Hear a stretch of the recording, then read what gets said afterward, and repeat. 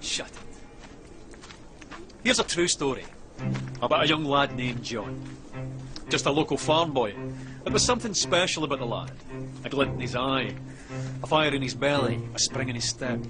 And one day, he went for a walk. Now this walk began when his father died. The year was 1819, and he was just 14 years old. Bereavement counselling. Well, these were the days when young boys were sent into the fields. The mills, the mines, tough times. But young John was smart enough to be lucky. His father's farm, where he was born and raised, was sold, and the proceeds used to open a grocer's.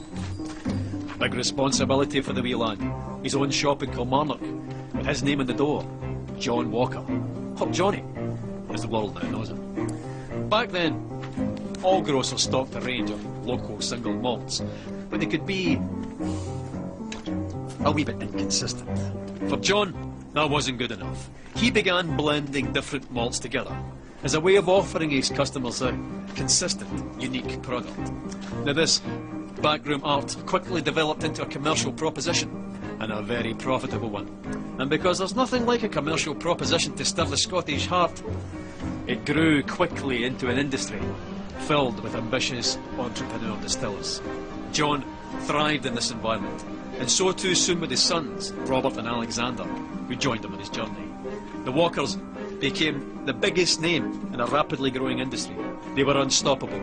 In one bold bit of 19th century corporate raiding, they bought the famed distillery at Cardew, lock, stock and ensuring their supply of this silky single malt, and guaranteeing, more importantly, that none of the other big blenders could get their hands on it. But young Alexander wasn't content with being Scotland's biggest blender. Not ambitious enough for him, no. He convinced the ship's captains of Glasgow to act as agents for him, and drove the whisky bearing his father's name across the globe. By 1860, he had developed the square bottle. Now, with a label at an angle of precisely 24 degrees. No big deal, you might think, but you'd be wrong. The square bottle meant less breakages and more bottles per shipment. The diagonal label meant larger type, and together that meant Johnny Walker had unmistakable presence on any shelf in the world. The bottle became an icon, and the rich liquid it contained sought after and consumed across the globe. Quite a character, Alexander Walker. Master of the blender's art. Ambitious, uncompromising.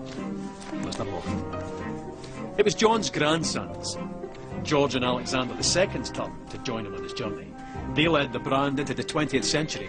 By 1909, they had developed the iconic red label and black label, and persuaded Tom Brown, the best young illustrator of the day, to sketch a striding man in a napkin during a business lunch.